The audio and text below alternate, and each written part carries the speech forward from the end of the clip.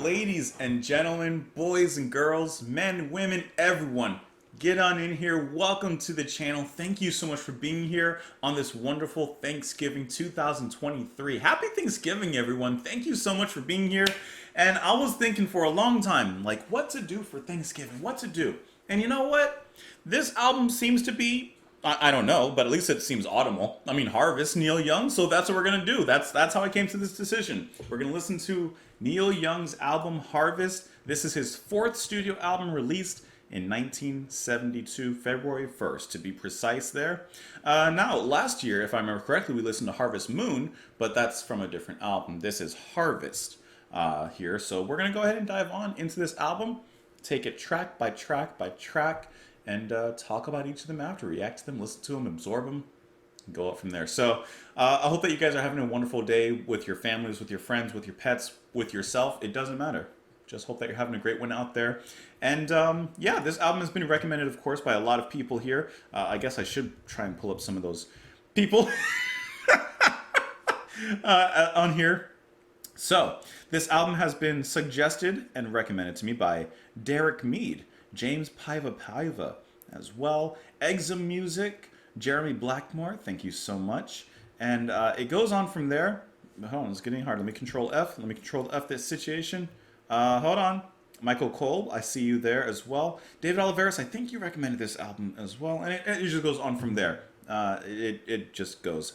Herb Hill, Tom Matthews, and it goes. So, anyways, thank you all so much for the suggestion, and I really just hope that you're having a great day, a great weekend. It might not be Thanksgiving whenever you're watching. That's okay too. You don't you don't have to wait for Thanksgiving to watch the video. I say I decorated the set because I put everything where it is, but my wife actually like randomly surprised me with all the decorations. She's like, put some things on your set, make it look kind of nice. So this is all courtesy of my wife doing that. I love that she does that. Like. I love that she'll randomly buy stuff for the set and that kind of thing. Anyways, I was about to choke right now. Let's go ahead and just jump on into the first song here. I have the track listing up here. Let me get it. That first track is going to be Out on the Weekend. So let's go ahead and listen to it. We'll talk about it after. Hope that you guys are having a great day so far. And I hope that this makes it just a little bit better. Hopefully I don't have to edit any of this because I'm not planning to.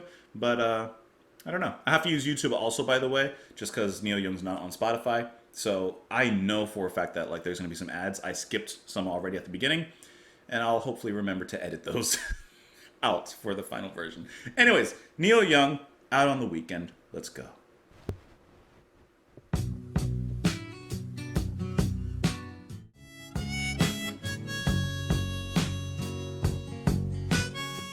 Woman I'm thinking of, she loved me all up. She's so fine, she's in my mind. I mean, that's a great opening track so far for the album. There's an ad already. Let me play it, and then let it go. I'll mute the microphone or whatever. All right, that's a great opening track for the album. It immediately sets a tone. It definitely sets a certain pace for the music and perhaps where the tone of the rest of this album can go. In that it definitely has that kind of folk, autumnal, kind of laid back, relaxing, looking for something more kind of feel. Maybe that's what the harvest in the album title is, looking for some new fruits, perhaps trying to plant some seed and reap whatever you planted before. I don't know. Anyways, besides all that, Neil himself sounds great. I really enjoy his voice here and just how kind of, like I said, laid back he is, but still with a lot of emotion, with a lot of passion behind what he's saying. The harmonica is a great touch. The lap steel guitar is a wonderful touch. I like how the music, like overall, it kind of stays laid back, but you still have that powerful rhythm with the kick drum and the drums themselves, and then the bass always kind of lined up on top of each other. At certain points, the kick doubles up just for a moment, just to add a little bit extra thump to everything, right? Then everything moves up in the chorus, as it typically often does, with the guitars coming up, bass coming up, everyone coming up, and then it just kind of flatlines and goes right back into the verse. That's a nice little composition right there. And then there's a moment in there when it moves from the chorus to the verse where it sounds like it's building up into like a chorus, but then it just kind of like blows away and gets back down to its quiet elementals, which I think is kind of nice. Like it kind of builds up, but then just comes right back down to the bare bone essentials, you could say. That's really wonderful. And there's another sound on there that sounds like light keys or something, but I don't know what that would be. And I feel like I'm probably not right on what it is. So it could just be more extra guitar, but it sounds like a kind of glassy kind of sound. I don't know, but sounds wonderful. Great opening track here on the album. Let's look at these lyrics here. Think I'll pack it in and buy a pickup, take it down to LA. Find a place to call my own and try to fix up. Start a brand new day. So you really do get that idea of like leaving somewhere and starting over somewhere else. Start a brand new day. The woman I'm thinking of, she loved me all up, but I'm so down today. She's so fine. She's in my mind. I hear her calling. See the lonely boy out on the weekend, trying to make it pay. Can't relate to joy. He tries to speak and can't begin to say. She got pictures on the wall. They make me look up from her big brass bed. Now I'm running down the road trying to stay up somewhere in her head. Like he's trying not to lose her. He's trying to stay in her mind. He doesn't want her to forget him. At least that's what I'm kind of thinking here. And the lyrics just repeat from there. Looking at this particular track, it says that it describes a man trying to get away from the big city. And although he's traveling, he's reflecting on his past with what is described as full of joy he can't relate to, floating in a dreamy sort of sadness. Which I guess you do get that. You know, there is this an excitement to move away, but at the same time, there's a sadness of what you're leaving behind kind of thing. Young recognized this contrast, stating, even when I'm happy, it sounds like I'm not. and when I try to say I'm happy, I try to disguise it. So he has a little bit of a cryptic kind of voice and tone and the way he displays and portrays that tone. About the boy who can't relate to joy, Young stated that it just means I'm so happy that I can't get it all out. But it doesn't sound happy. The way I wrote it sounds sad, like I tried to hide it. I think that's really interesting how he describes, and he has such a good understanding of himself, obviously, and his voice and like, you know, I think that's kind of interesting how he knows himself so well, and it sounds like he's trying to disguise his happiness in there with the first track. Anyways, really nice opening track for the album. Let's move on into the next one here, which is going to be the title track, actually, Harvest. Here we go.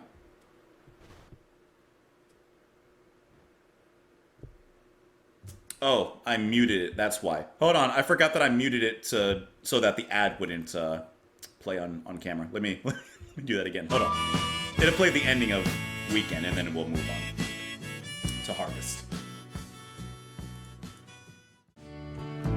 Did I see you down in the young girl's town?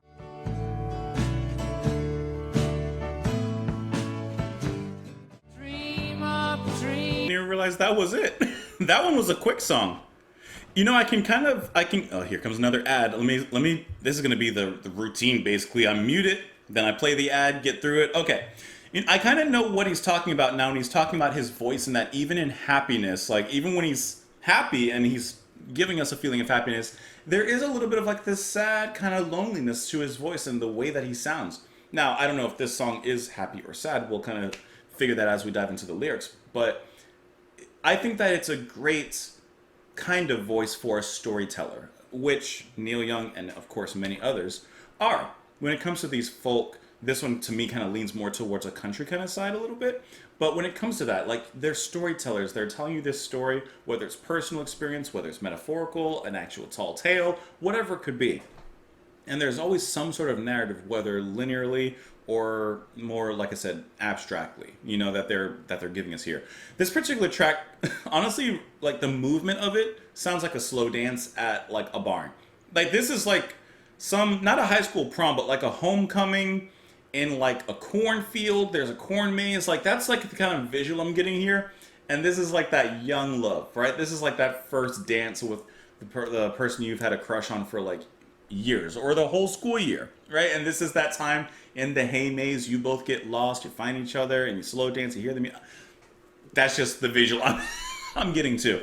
And this song is like a nice follow-up. It's definitely, like I said, slower tempo. There's not as much going on, but at the same time, it's still beautifully delivered, wonderfully sung, great guitar work, nice little piano jotting around in there. You still have the pedal steel as well, which I'm assuming will probably make an occurrence throughout many tracks on this album, just because it seems already to be kind of a staple here.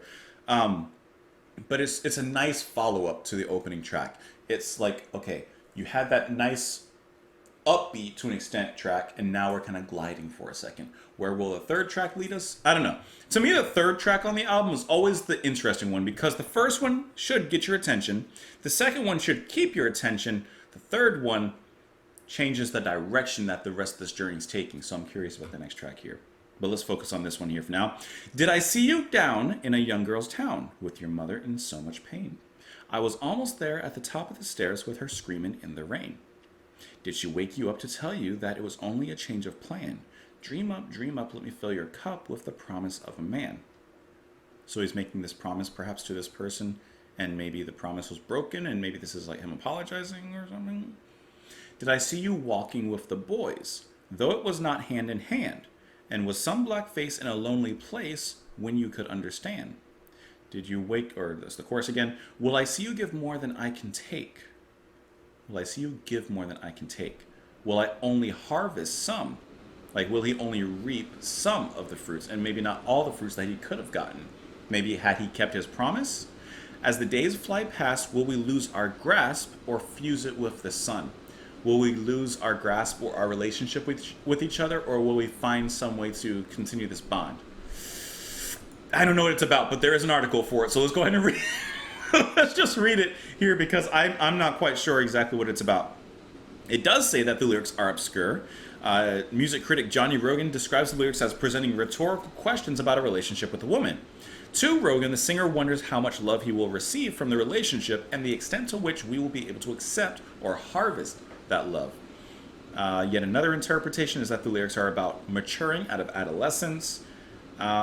Young stated that this song, as well as Out on the Weekend and Heart of Gold from the same album, were inspired by his then blossoming love for actress Carrie Snodgrass. I have never heard of Carrie Snodgrass. Have you guys ever heard of Carrie Snodgrass? She is remembered, or best remembered, for her roles in Diary of a Mad Housewife. And I guess that's what it comes up. That's the one. I don't know any. I've never heard of her, but seems that he had quite the crush on her. And I'm looking at her filmography just to see if I recognize anything. I gotta tell you, none of these movies even sound familiar to me. So I couldn't even tell you the thing about her. Either way, couldn't tell you what the song's about. But I do like the idea of. I kind of see it as, like I said, him kind of trying to harvest as much as possible the fruitage of, I guess, the love. And I guess, like they said, like the relationship that he has with someone. Or just the crush that he may have on this person here. Let's go ahead and move on into the next track here, which is A Man Needs a Maid. Let's go. My life is changing in so many ways. I don't know who to make. Orchestra?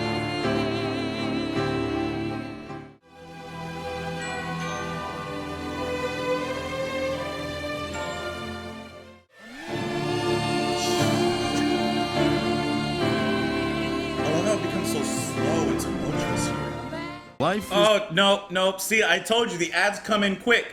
Okay, that was a really good track. From the beginning, I was like, okay, you're hearing the piano, it's very emotional with Neil singing, and I'm like, okay, it's going to be kind of ballady, right? And yes, it was ballady, but how unexpected when the strings came in, the orchestra came in.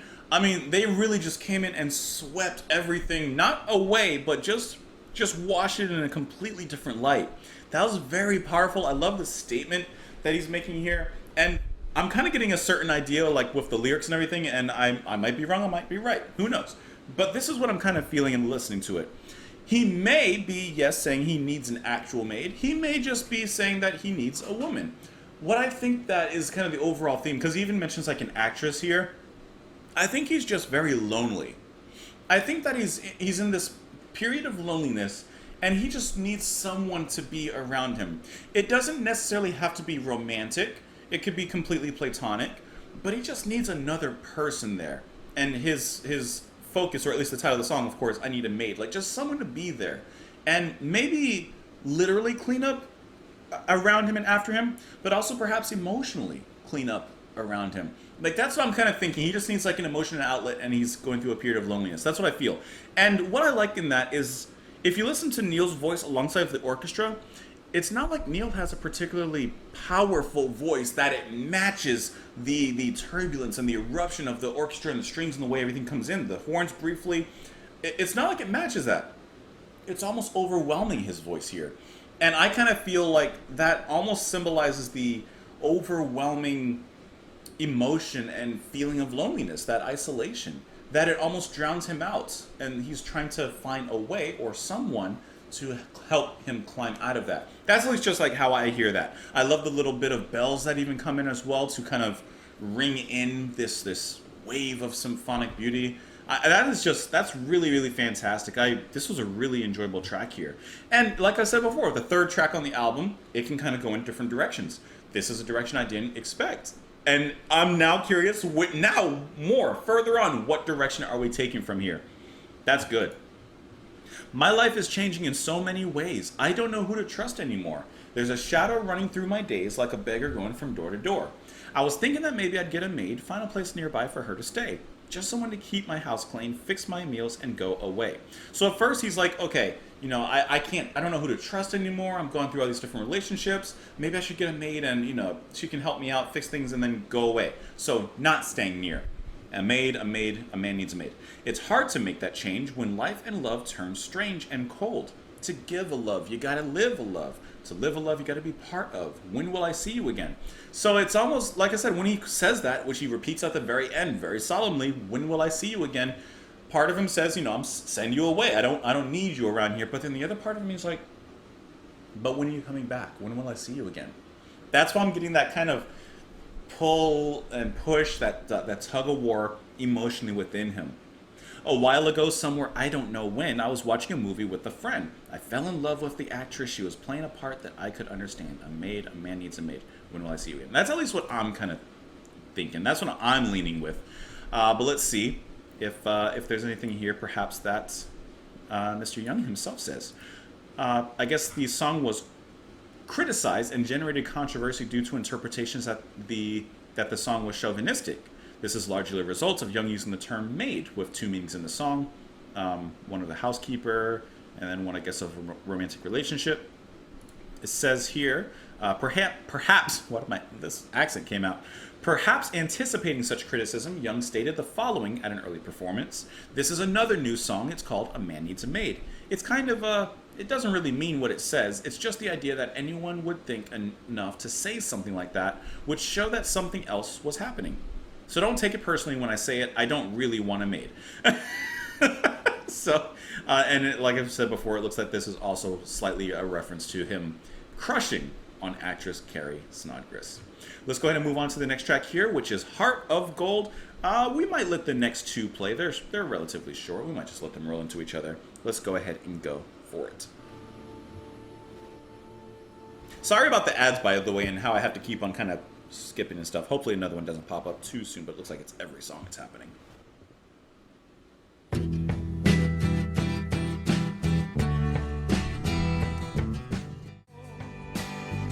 It's these expressions I never give.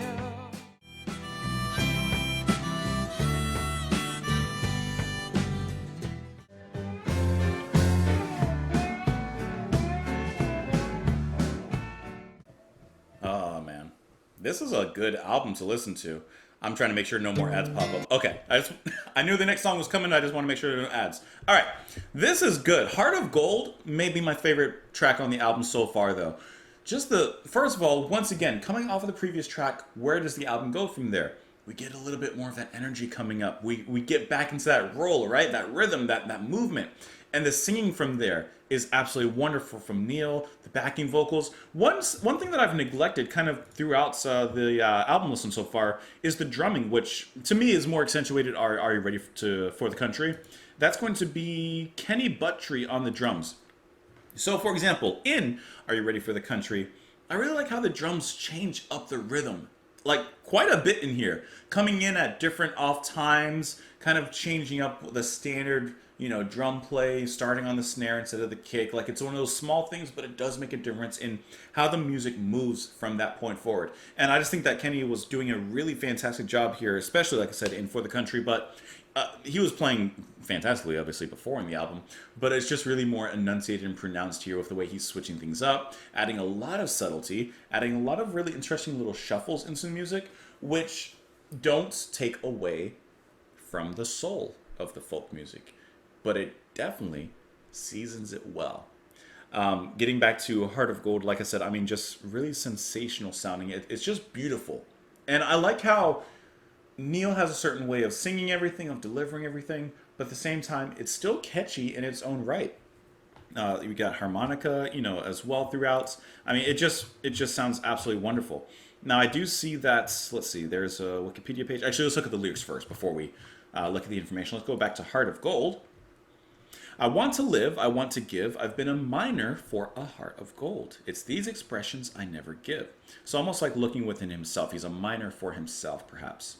That keep me searching for a heart of gold, and I'm getting old. Keep me searching for a heart of gold, I'm getting old. I've been to Hollywood, I've been to Redwood, I've crossed the ocean for a heart of gold. I've been in my mind, it's such a fine line. So maybe it's not necessarily self-searching, could be searching for a heart of gold in others, perhaps.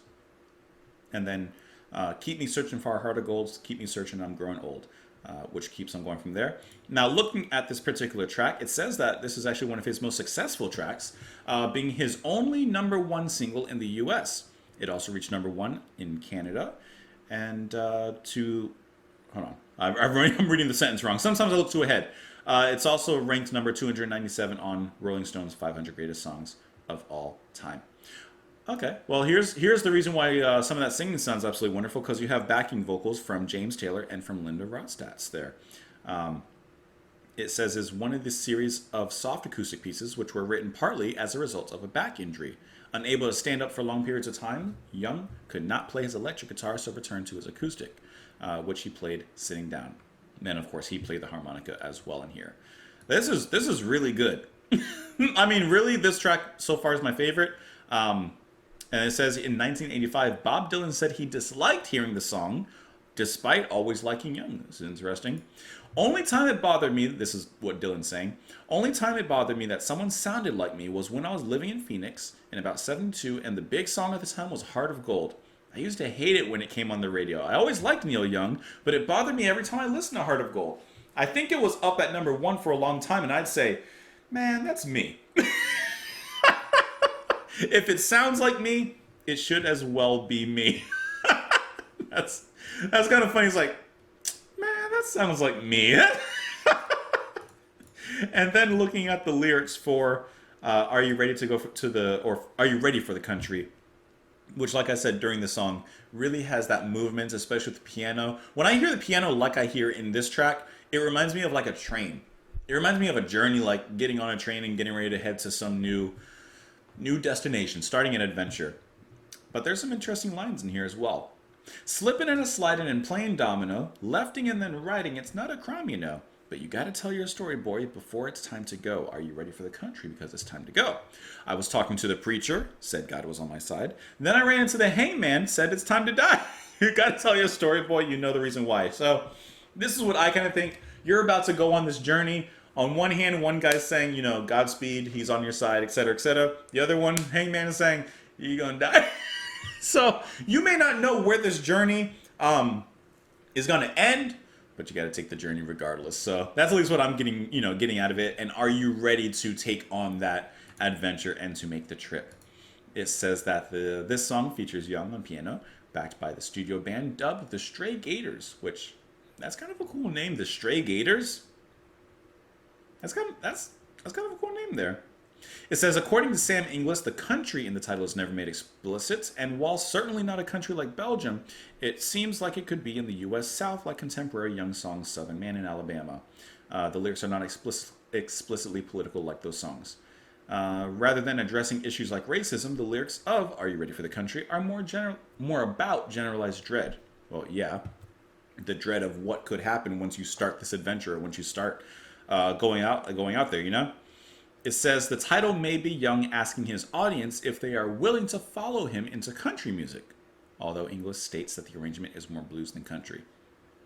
I guess it could be that. It could also be asking the fans, like, are you willing to come on this journey with me? Whatever it may be, just this musical journey, maybe some changes in his career from this point forward, who knows? But either way, sounds good to me. Now, let us go ahead and move on into the second side of the album here. Which typically, like when we begin the second side of one of the album reactions, I do something like I say, like, what am I holding in my hand at this moment to see who's watching, who's still with me halfway here. I don't have a test. I don't have a test this time. I just hope that you're here with me listening to the album, enjoying it. Hopefully, listen, if it is Thanksgiving that you're watching this video, hopefully you've been able to sneak away, maybe from the family and friends, maybe from the hubbub. Maybe you're watching this on the bathroom. You've had your turkey, you've had your macaroni and cheese, you had your sweet potatoes, you had your yams, you had your cranberry sauce, and now you're in the bathroom and you've been on there for a while. Shout out to you. Let's go ahead and move on into the next track, starting side 2 with Old Man. Here we go.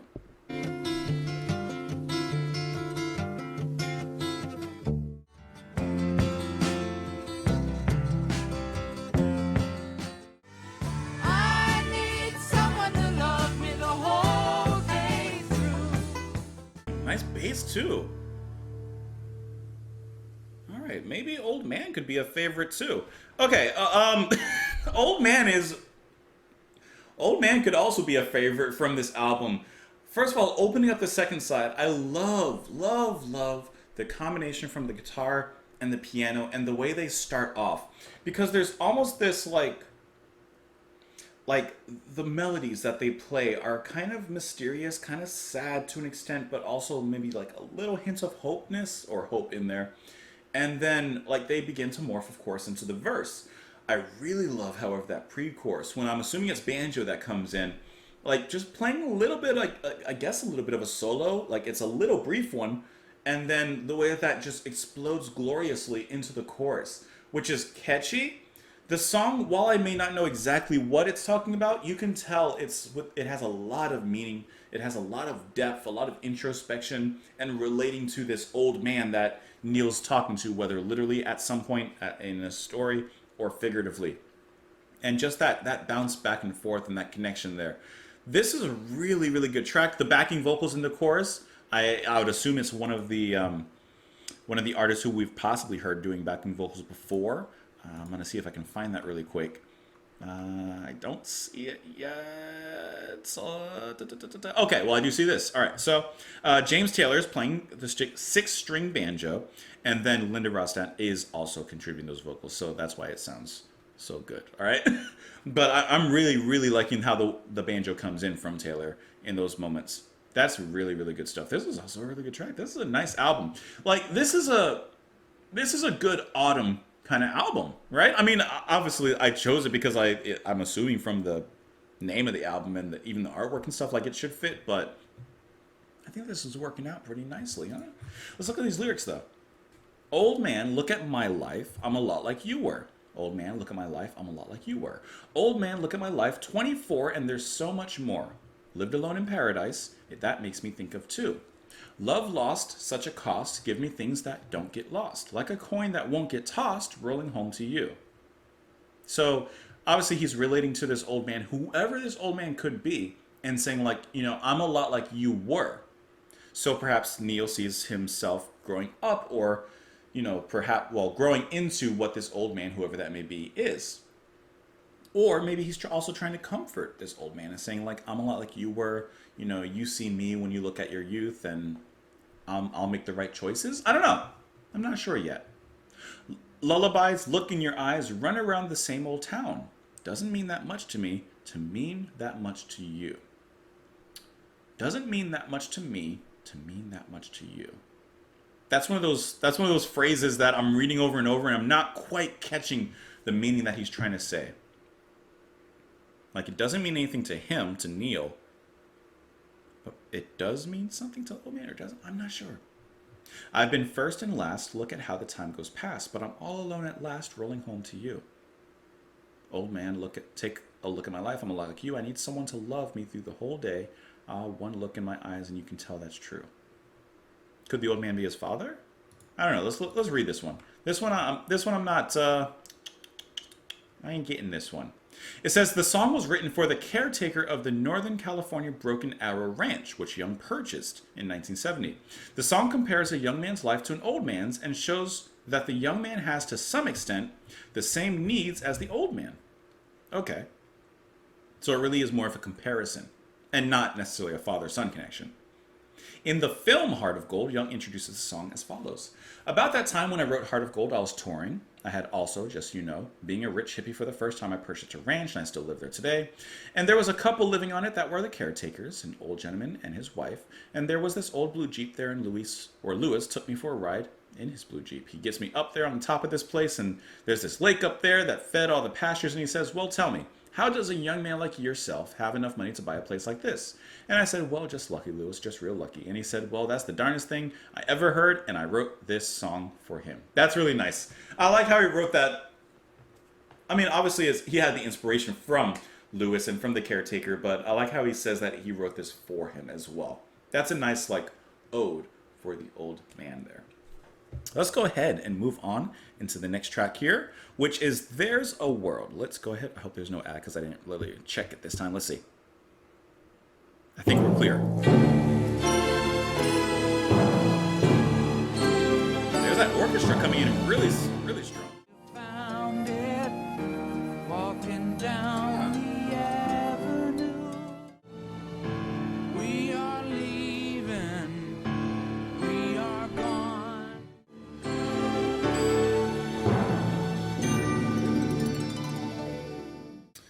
Okay, so the orchestra comes back so heavy in the opening. Now, the notes and everything that were being played, they sound really familiar to me. And not like I've heard this song, but like those same kind of openings that bum bum. That's me playing the timpani. But those same notes, like they sound very familiar, like I've heard it in some other orchestral piece or a soundtrack for something, or a play or stage show, something. I feel like I've heard that somewhere. But very, very dramatic opening. And then, of course, Neil once again is kind of singing kind of underneath it all. And then the harp rings, and then it lightens up just a little bit at certain points, opening up for what sounds like him on the piano, and then either some guitar or the harp just continually playing after him. I can't quite 100% say for sure, but either way, this one is a different kind of tone I did not expect at this point. It's like, okay, the symphony returns, but I didn't expect it to come around so dark and kind of heavy-handed in a certain way. It's kind of interesting. There's a world you're living in. No one else has your part. All God's children in the wind, take it in and blow hard. Look around it. You have found it walking down the avenue. See what it brings. Could be good things in the air for you. I think that, what he's kind of saying in the first verse and continually from there on is like, everyone has a part to play in the world. Everyone fills a certain unique niche, a certain unique spot, and no one can take that from you. That is your role in this play that we call life. And so, like, take it in and blow hard. Take it in and do your best. Just like put all of yourself into it. That's at least what I'm kind of thinking. We are leaving, we are gone, come with us to all alone. Never worry, never moan, we will leave you all alone. In the mountains, in the cities, you can see the dream. Look around you, has it found you? Is it what it seems? And in the first chorus, he says, have you found it walking down the avenue? The second one, he says, in the mountains, in the cities, you can see the dream. So you can be in such random places when inspiration, when the meaning of life, when your purpose is found. It could be on the street. It could be in the mountains. It could be on the island. It could be underwater in space, sitting at your desk like I am right now. When it hits you, your purpose in life, your vision, your whatever it is, that inspiration, your muse, it hits you, and you know perhaps what you're here for, what you're supposed to do. That's at least what I'm kind of getting from it. I'm still kind of like surprised by the orchestra and how it sounds in here. It almost sounds a little like tonally out of place with the album, but at the same time, it's a kind of interesting left turn at this point. This is it's interesting. I'll give you that. Let's move to the next track here, which is Alabama. Here we go.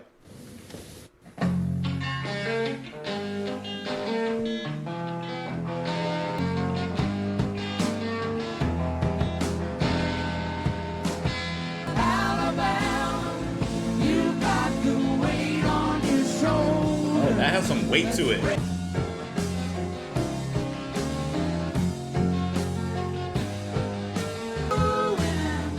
What are you doing, Alabama? Alabama hits. Hold on, let me mute this. You heard it coming.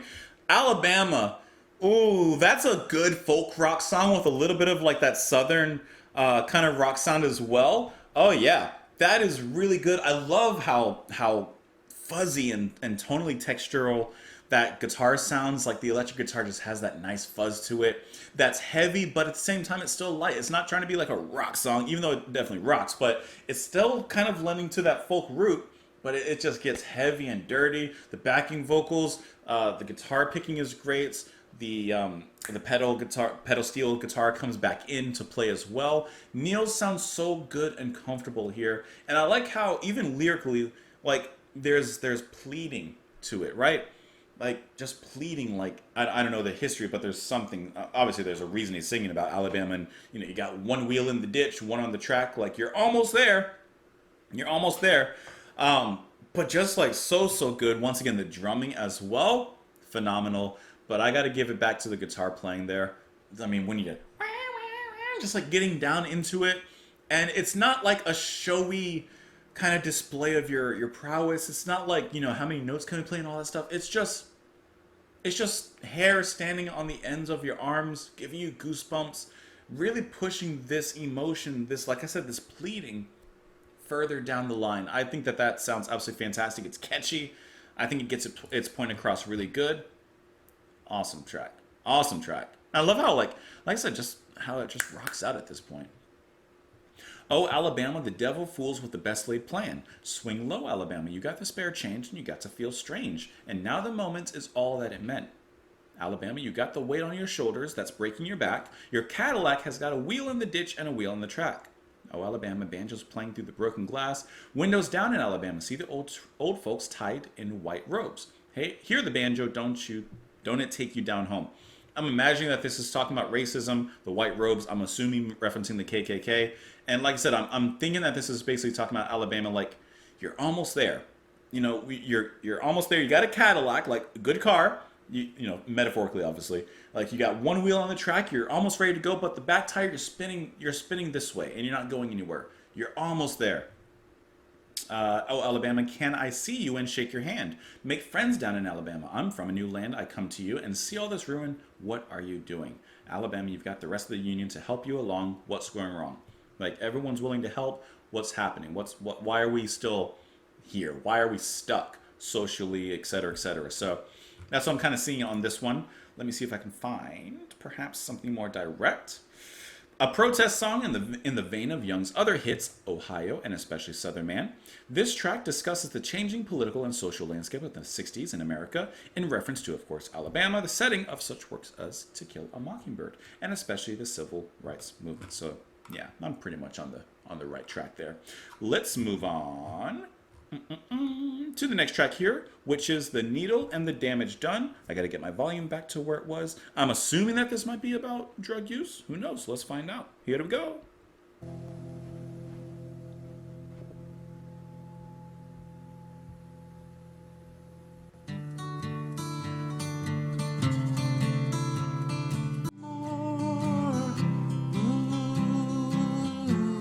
The damage done.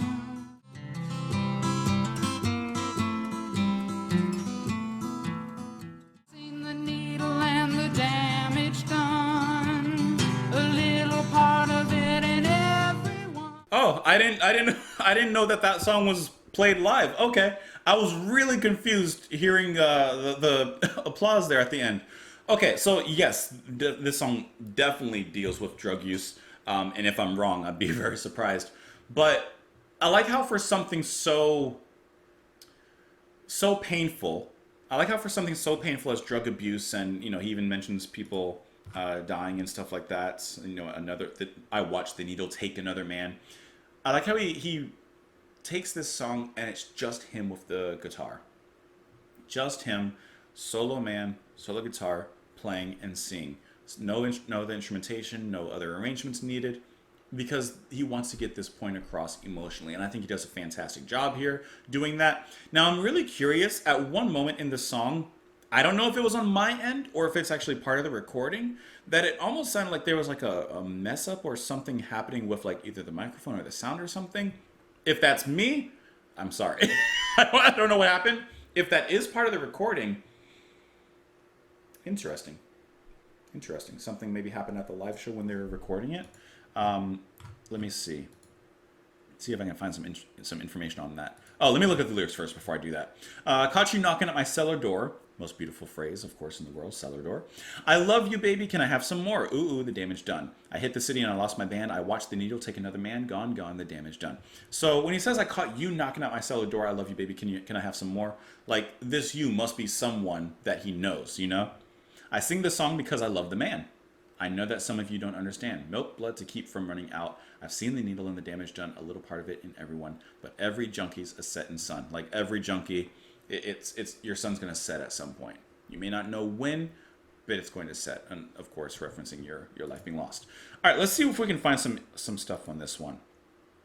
So the lyrics describe the effects of heroin addiction on musicians that Young knew, including his friend and Crazy Horse bandmate, Danny Whitten, who would die of an overdose the same year the song was released. The song would preview the theme of Young's 75 album, Tonight's the Night, which would reflect on the fatal heroin overdoses of Whitten and Bruce Berry, a roadie for the band. It says that rather than re-recording this particular song, Young selected a live version, which is of course what we heard and why we heard the applause, that featured him singing and playing acoustic guitar. Young wrote of the song, I'm not a preacher, but drugs killed a lot of great men. So obviously this is something that's very personal to him. Obviously we read, his friends and bandmates and musicians that had passed through the overdoses and such, and obviously like that's happened quite a bit. A lot of bands and artists have covered this track. I mean, like a lot. I see The Pretenders, Simple Minds, Duran Duran, Red Hot Chili Peppers, Tori Amos, Laura Marling, Pearl Jam, Dave Matthews, Greg Allman, and many, many more that I don't recognize. A lot of people have covered this song because I'm sure that there's a reason for covering this song, because it's an affliction and something that's what's the word? Very common, I guess you could say. Or was very common. I don't know. I'm sure obviously it's very common now. Anyways, you know what I meant. Let's go ahead and move on into the final track of the album. We're moving on to Words Between the Lines of Age, the longest track here on the album, coming in at almost 7 minutes long. So let's relax, take a sip of water or whatever else you're sipping on, and let it roll. Here we go. I like how that came in.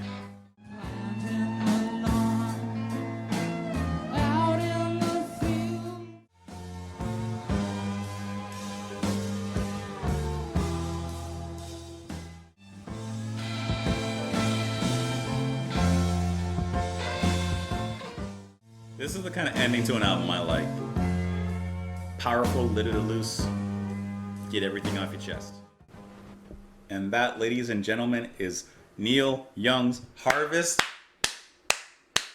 Ending with a really great concluding track here on the album. I said it, that is the type of ending I like, when it's explosive. Get the rest of your energy out, get everything out. Whatever you have to say musically, vocally, lyrically, get it all out there, push it out, because it is that final push towards the end, and they do an amazing job in here. So a few things that are kind of interesting. I only caught it near the near the end, because the track, you got like the verse, chorus, and stuff, but then it goes into this extended solo, which is just absolutely brilliant. The music slows down and becomes so much more powerful, led melodically by the piano, and then the guitar just searing on top of it, and then it moves back into the verse and chorus again. Quite sharply, I might add. The verse or the chorus, whatever it is, it sounds like it's alternating between 5/8 and 6/8. Because I was trying to catch it, and I was like, okay, 6/8, I hear it, I got you. But then it would throw me off every once in a while. I'm like, wait a second, something's happening here. There's some trickery, there's some buffoonery happening here. So I think that's really cool how the band is changing between the time signatures so quick. Because you hear the piano, bum, bum, bum, bum, da, da, bum, bum, bum. Like, it keeps going back. Anyways, I just thought that was a nice touch. That makes the sound like, it just gives it a little bit of a musical depth. Not that that is lacking at all, especially in lieu of that guitar. It's so good to listen to. It sounds so powerful. It flares up. It has those long, emotional, sustained notes. The music, it cries in here, especially in that first transition out of the chorus where the music slows down, becomes a little bit heavier. and just goes on from there. Once again, the drumming carries a lot of that weight in here. Singing wise, of course, everyone, you know, besides Neil, is just doing a great job. This was a really powerful conclusion to a really great album that hits a lot of different points. Hits a lot of different corners in the musical diversity. Someone and someone were down by the pond, looking for something to plant in the lawn. Out in the fields, they were turning the soil. I'm sitting here hoping this water will boil. When I look through the window and out on the road, they're bringing me presents and saying hello. Singing words, words between the lines of age. Words, words between the lines of age. So there's a lot of like obscurity in here in the sense that he says someone and someone were down by the pond looking for something. Like there's a lot of like blacked over, removed, redacted kind of things in here. And who knows who these people are or what they're planting, whether that's literal or not. If I was a junk man selling your cars, washing your windows and shining your stars, thinking your mind was my own in a dream, what would you wonder and how would it seem? Living in castles a bit at a time, the king started laughing and talking in rhyme, singing words, words between the lines of age, words, words between the lines of age. So let me tell you right away, not only do I have no idea what this track is about, there's not a Wikipedia article or anything, so I can't even like look to see what it could be about or what anyone said about it. This one I'm actually kind of left in the dark. He's observing these people, you know, down by the pond, trying to plant something, singing words between the lines of age. What could that mean? Between the lines of age. Could mean between the lines, like literally like read between the lines, like on a page.